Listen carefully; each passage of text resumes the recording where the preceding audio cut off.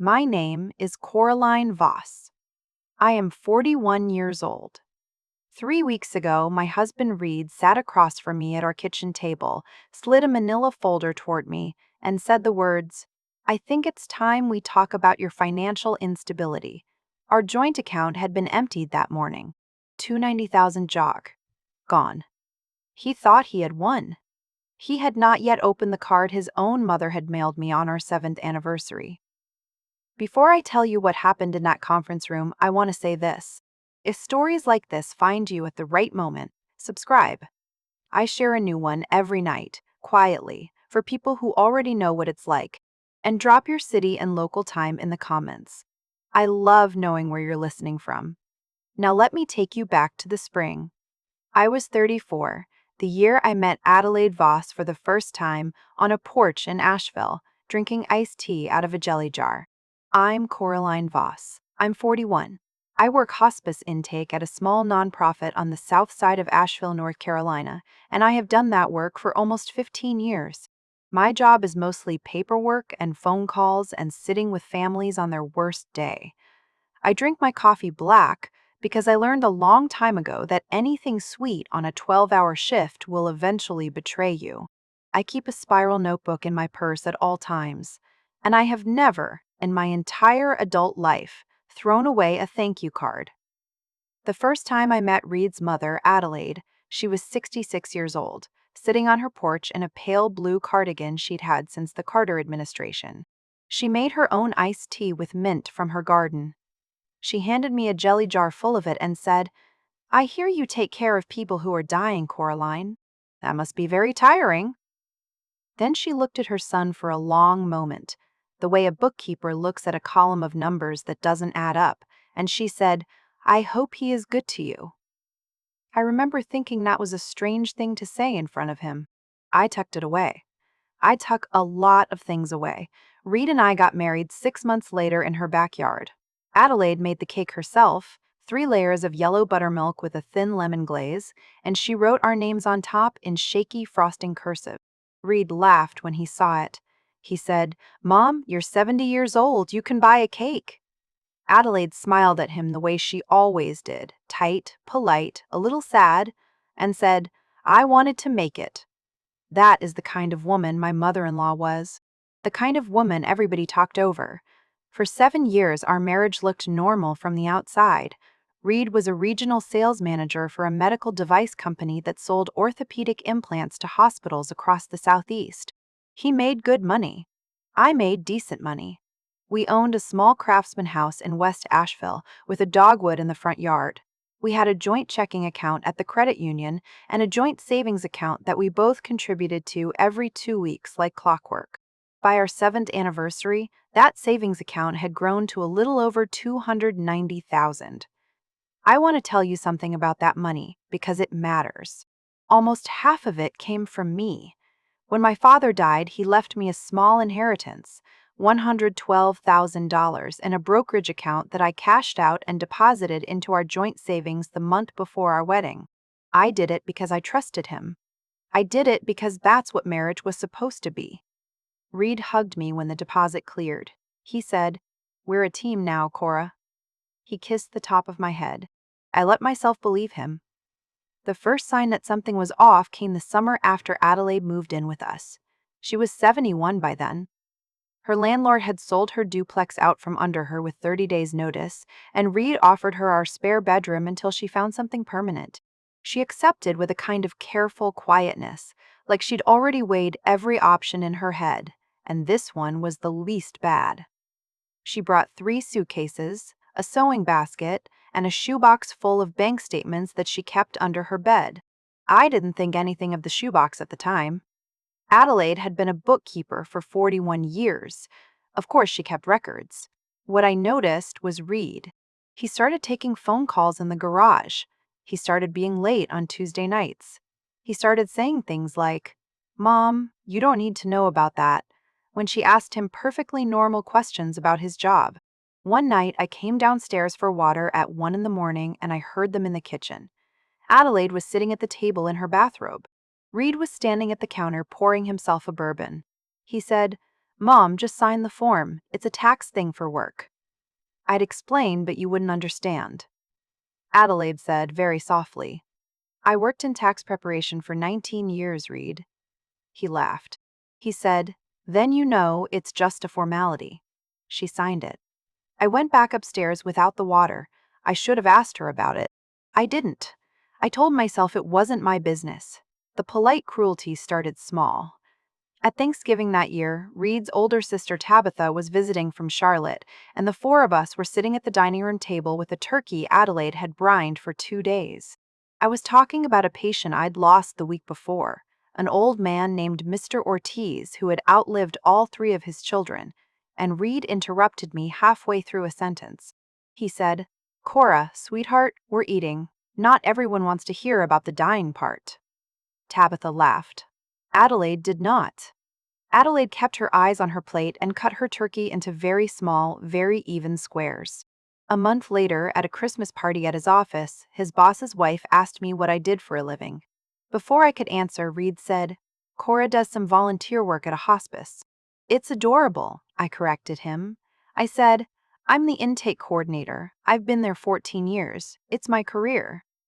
He laughed and put his arm around my shoulders and said to the boss's wife, "She gets very attached to her job titles." Everyone chuckled politely. I drank my white wine, and I said nothing. On the drive home, he told me I'd embarrassed him. He said, "You always have to make everything so serious." The pattern started showing up in money. He stopped putting his paychecks into our joint account. When I asked him about it, he said the company had switched to a new payroll system and there were delays. That was in February. By April, no paychecks had appeared at all. I asked again. He said, "I'm rolling some of it into a tax-advantaged account. We'll talk about it when I have time." He never had time. In May, I logged into our joint savings to transfer money for the property tax bill, and I noticed that 2 transfers had gone out the previous month that I had not authorized. Each one was for $8,000. The memo line on both said, "Tax planning, boss." I asked Reed about them at dinner. He said, without looking up from his phone, "Cora, I told you I'm restructuring some things. You don't have to micromanage every dollar." His mother was sitting at the table with us. She put down her fork very slowly. She did not say a word. But when I looked at her, she met my eyes for 1 full second, and something passed between us that I did not yet have the language to name. That was the night Adelaide started writing things down on the back of a card. I didn't know it at the time. I would not know it for almost 3 more years. But that is what she was doing. She had a stack of greeting cards she kept in her sewing basket. Birthday, anniversary, Christmas, sympathy, the kinds of cards a bookkeeper buys in bulk at the Hallmark store on Tunnel Road and saves for the right occasion. And starting that May, every time she found a piece of paper Reed had left in the garage, every time she overheard him on a phone call, every time he asked her to sign something with his accountant, she wrote it down.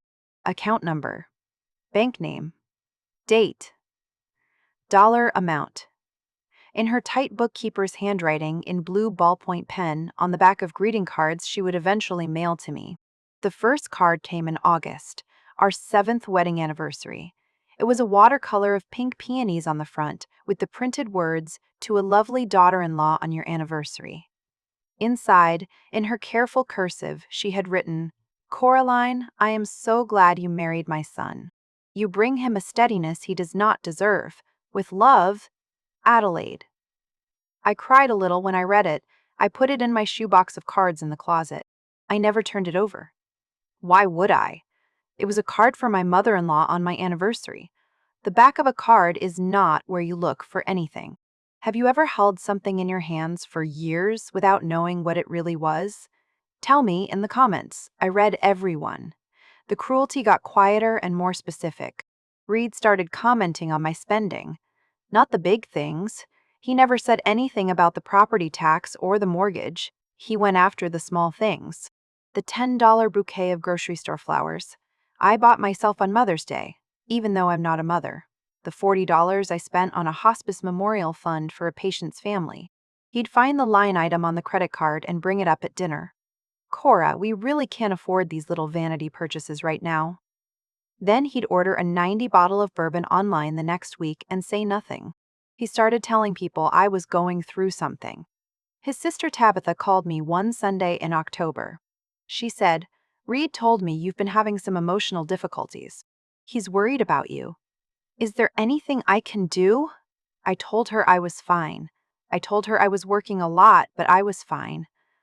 After we hung up, I sat on the edge of our bed for 20 minutes trying to figure out what he had said about me. That was the first time I understood in a small, clean way that he was building a story. I started keeping my own notes around that time. In the spiral notebook I always carry.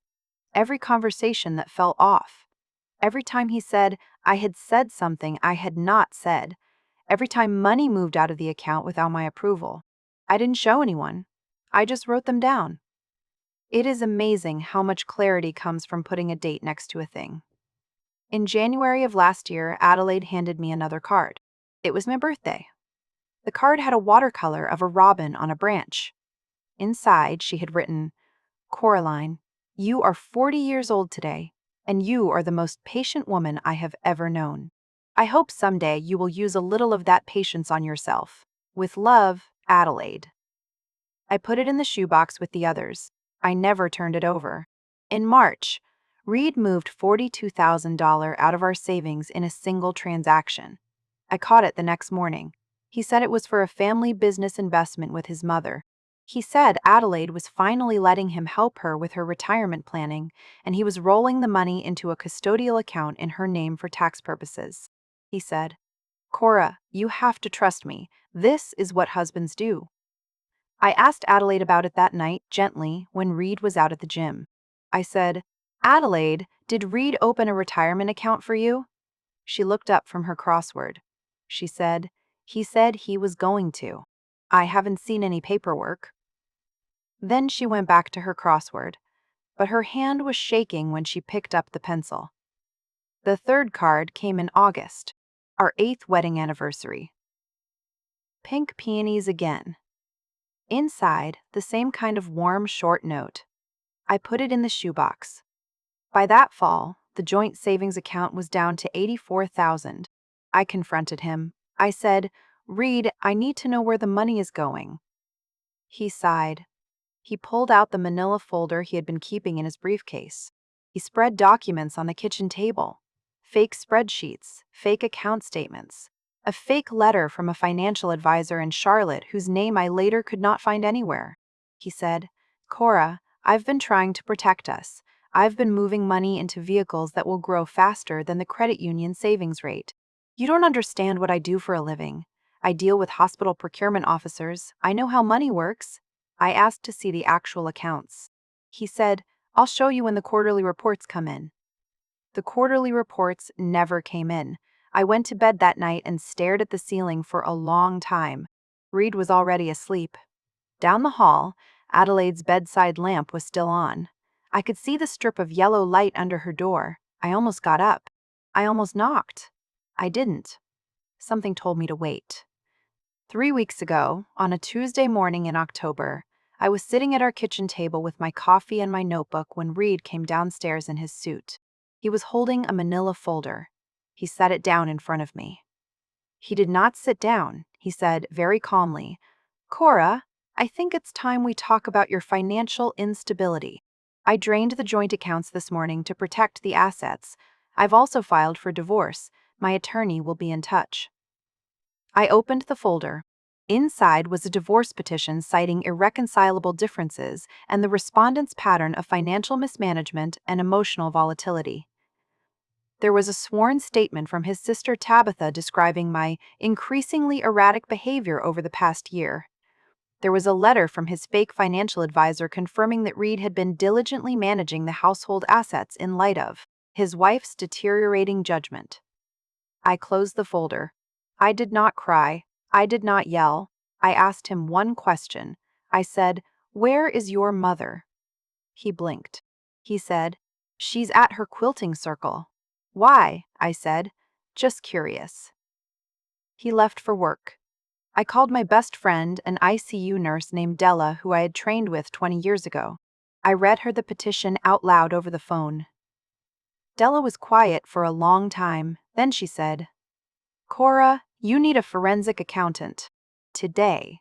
She gave me a name, Marisol Tran. Marisol Tran is 52 years old. She runs a small forensic accounting practice out of a renovated bungalow on Merriman Avenue in North Asheville. Her office smells like cinnamon and printer toner. She wears reading glasses on a beaded chain around her neck. She poured me a cup of coffee from a stained mister coffee carafe and listened to my story for an hour and a half without interrupting once. When I finished, she took off her glasses. She said, "Coraline, I want to tell you something before we start. My older sister went through a divorce 12 years ago. Her husband had hidden almost $1 million from her over a 6-year period. She didn't find a forensic accountant until it was too late. She lost everything. I will charge you half my normal rate for this case because I am tired of watching this happen to women who did nothing wrong." She put her glasses back on. She said, "Now, tell me everything you remember about every transaction, every conversation, and every person Reed has ever mentioned in connection with money. Start at the beginning." I told her about Adelaide. I told her how Adelaide had signed something for Reed in the kitchen at 1 in the morning 4 years ago. I told her how Adelaide's hand had shaken when I asked her about the 42,000. Marisol wrote it all down. She said, "Coraline, your mother-in-law may know more than you think." "Has she ever given you anything in writing?" I said. "She gives me cards." "She's given me cards for years." Marisol looked at me for a long second. She said, "Bring me the cards." That night, after Reed was asleep on the couch in his home office where he had moved his things the week before, I sat on the floor of my closet with the shoebox in my lap. I took out the cards one by one. Birthday cards, Christmas cards, anniversary cards, sympathy cards from when my father had died. There were 14 of them, all in Adelaide's handwriting. I read every front. I read every inside. I almost put them all back. And then, for some reason, I turned the first anniversary card over. On the back, in tight blue ballpoint cursive, she had written, "Wells Fargo checking, account ending 4471, opened May 14, transfer of $8,000 from joint savings, second transfer of $8,000 from joint savings. Account holder, Adelaide M. Voss. Authorized signer, Reed J. Voss." My hands started shaking. I turned over the next card, the birthday card from January. Bank of America custodial, account ending 9032, opened February 3rd, transfer of $16,500 from joint savings. Account holder, Adelaide M. Voss. Authorized signer, Reed J. Voss. Stated purpose to me, tax shelter for your retirement. I have not been to a tax appointment. I turned over the next card, and the next, and the next. There were 7 accounts, 7 banks, 23 transfers, the exact dates, the exact amounts, the account numbers, all of it on the backs of 7 greeting cards. Adelaide had mailed me over a period of 2 years and 4 months. The total she had documented was $200,400. I sat on the floor of my closet at 1 in the morning with 7 greeting cards spread around me on the carpet, and I understood something for the first time. Adelaide had been watching her son hurt me, and she had been writing it all down in the only way a 71-year-old woman with no power and no allies and no access to a lawyer could write it down. In her own handwriting, on her own stationery, in a paper trail nobody would think to look at. I called Marisol the next morning at 7. I said, "I have something." She said, "Bring it now." Marisol read the cards in her office for 45 minutes without speaking. When she finally looked up, her eyes were wet.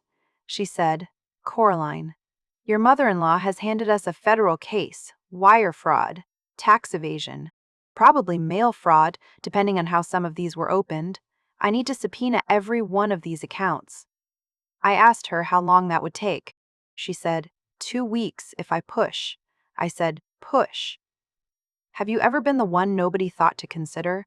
Tell me in the comments. I want to know. The day before the meeting at Reed's attorney's office, I sat down with Adelaide at the kitchen table while Reed was at work. I had the 7 cards in front of me. I slid them across the table.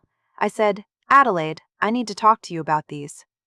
She looked at the cards. She did not look surprised. She did not look guilty. She just folded her hands in her lap and waited. I said, "Why didn't you ever tell me?" She was quiet for a long time.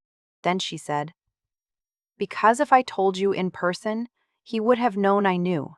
He would have moved the accounts. He would have stopped letting me sign things. He would have put me in a home, Coraline. He has been threatening to put me in a home for 2 years." She paused. She said, "But he could not stop me from writing on the back of a card. He never thought to check. He thinks I am sentimental. He thinks I am soft." She looked at me. She said, "I am not soft, Coraline. I am a bookkeeper. I keep books." I asked her if she would come to the divorce meeting with me the next day. She said yes before I finished the question. The meeting was at 10 in the morning on a Wednesday at the offices of Hartwell and Crane, Reed's divorce attorney. The conference room had a long, dark wood table and a window that looked out onto a parking lot. Reed was already there when we arrived, sitting next to his attorney, a man in his 50s named Bryce Hartwell who had a gold Rolex and a habit of clicking his pen. Reed stood up when his mother walked in. He smiled. He said, "Mom, thank you so much for coming. I told Bryce you'd be willing to speak to Coraline's behavior over the past year." Adelaide nodded politely. She sat down next to me. She placed her purse on her lap. She kept her hands folded over it. Marisol Tran came in 2 minutes later. She was carrying a leather portfolio. Reed looked at her and said, "I'm sorry, who is this?" My attorney, a soft-spoken woman named Renata Orejuela, who I had hired 3 days earlier, said, "This is Marisol Tran. She is a forensic accountant. She'll be presenting findings relevant to the marital estate." Reed laughed. He actually laughed. He said, "Forensic accountant? Cora, what is this?" Bryce Hartwell put a hand on Reed's arm. He said, very smoothly, "Let's hear what they have to say." Marisol opened her portfolio. She said, "Mr. Voss, between May of 3 years ago and August of this year, you opened 7 bank accounts at 4 different financial institutions, in your mother's name, with yourself as authorized signer. You transferred a documented total of $268,400 from the joint marital savings account at Asheville Federal Credit Union into those accounts. You did so without your wife's knowledge or consent. You did so by representing to your mother that you were managing her retirement and tax planning, when in fact none of these accounts were retirement vehicles, none of them generated tax documents in her name, and none of them have been disclosed to the IRS as gifts or transfers. The total currently held across those 7 accounts, with accumulated interest and additional deposits I have not yet traced, is approximately $311,000. The conference room got very quiet. Reed's face did something I had never seen it do. The color did not drain from it. That's not what happened. What happened was that his expression simply stopped. His mouth was still slightly open from the laugh. His eyes were on Marisol. His attorney slowly took his hand off Reed's arm. Bryce Hartwell cleared his throat. He said, "Miss Tran, with respect, those are very serious allegations. I'd want to see documentation." Marisol said, "Of course. I have subpoenaed records from all 7 institutions. They arrived yesterday. I have certified copies for everyone here." She slid a stack of folders across the table. Bryce Hartwell did not touch them. Then Adelaide opened her purse. She did it slowly. She took out 1 greeting card, the watercolor of pink peonies. She placed it on the table in front of her. She said in her quiet bookkeeper's voice, "Mr. Hartwell, I am Adelaide Voss. I am the mother of your client. I have been documenting these accounts on the back of greeting cards for 2 years and 4 months. I have done so because I was afraid of what my son would do to me if he knew. I have done so because I love my daughter-in-law and I have watched my son lie to her and I could not let him take her father's money." She turned the card over. She read aloud in her steady voice, "Wells Fargo checking, account ending 4471, opened May 14, transfer of $8,000 from joint savings, second transfer of $8,000 from joint savings. Account holder, Adelaide M. Voss, authorized signer, Reed J. Voss." She set the card down. She took out the next card. Bryce Hartwell said, Mrs. Day. Voss, I don't think you should. Adelaide looked at him. She said, I am 73 years old, Mr. Hartwell. I am not going to be told what to say in this room by a man wearing a Rolex. She read all 7 cards. It took 11 minutes. Reed did not speak during any of it. He stared at the table. At one point, he reached for the glass of water in front of him and his hand was shaking so badly, he set it back down without drinking. When Adelaide finished, she folded her hands again. She said to Bryce Hartwell, I will be cooperating fully with my daughter-in-law's attorney and with whatever law enforcement agency takes an interest in this. I will testify. I will provide the cards. I will do whatever is asked of me. She turned to Reed. She said, I am sorry, Reed. I am your mother. I love you. But I raised you better than this, and I will not lie for you. Reed looked at her. His mouth opened. He said, Mom. Just that one word. Adelaide did not answer. Bryce Hartwell said, I'd like to request a recess. Renata Orejuela said, We're amenable to a recess. We'll reconvene at 1. We never reconvened. Reed's attorney called my attorney at 12:45 and said his client was reconsidering his position. By the end of that week, Marisol's report had been forwarded to the U.S. Attorney's Office for the Western District of North Carolina. By the end of the next week, Reed had been formally charged with 7 counts of wire fraud and 3 counts of tax evasion. His company terminated him for cause the day the indictment hit the local news. Per the morality clause in his sales contract, he forfeited his unvested stock options and a $180,000 severance package he would have collected at the end of his contract year. His sister Tabitha called me crying 3 days later. She said, Cora, I had no idea. I thought you were the unstable one. He told me things for 2 years. I'm so sorry. I told her I knew she didn't know. I told her I was tired and I needed to go. Have you ever set a boundary and watched someone completely unravel because you stopped being convenient? Tell me. I want to hear. Adelaide moved out of Reed's house, our house, the same night as the conference room meeting. I helped her pack her 3 suitcases and her sewing basket. She brought her shoebox of bank statements with her. She brought the rest of her unused greeting cards, too, an entire shopping bag of them, because she said she wasn't done yet and she wanted to be ready. She is now living in my guest room in a small 2-bedroom rental I signed a lease on the week after Reed was charged. She has her own coffee maker. She makes her own iced tea with mint from a planter on the patio.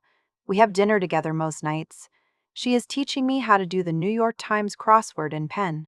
Reed is awaiting trial. His bond is set at $250,000, which his mother is not posting. He is staying with his sister Tabitha in Charlotte. The forensic accounting traced an additional $43,000 in transactions that Adelaide had not been able to document. Money that went into accounts she didn't know existed. The total he stole from our marital savings was just over $311,000. Marisol thinks restitution is likely as part of any plea deal. I am not counting on it. I have learned not to count on money until it is in my hand. I do not feel triumphant. I want to be clear about that. I sit on my couch some nights with Adelaide doing her crossword in the chair across from me, and I think about the woman I was 3 weeks ago, signing thank you notes at the kitchen table while my husband emptied our savings in another room. I do not feel like I won anything. I feel tired. I feel cleansed. I feel like I have set down something heavy that I did not know I was carrying. That is not the same as triumph. Triumph is loud. This is quiet. The thing that surprises me the most when I think about all of it is how little I had to do. I did not raise my voice. I did not make a single accusation that wasn't backed by a document. I did not even open most of the folders on the conference room table. I just sat there.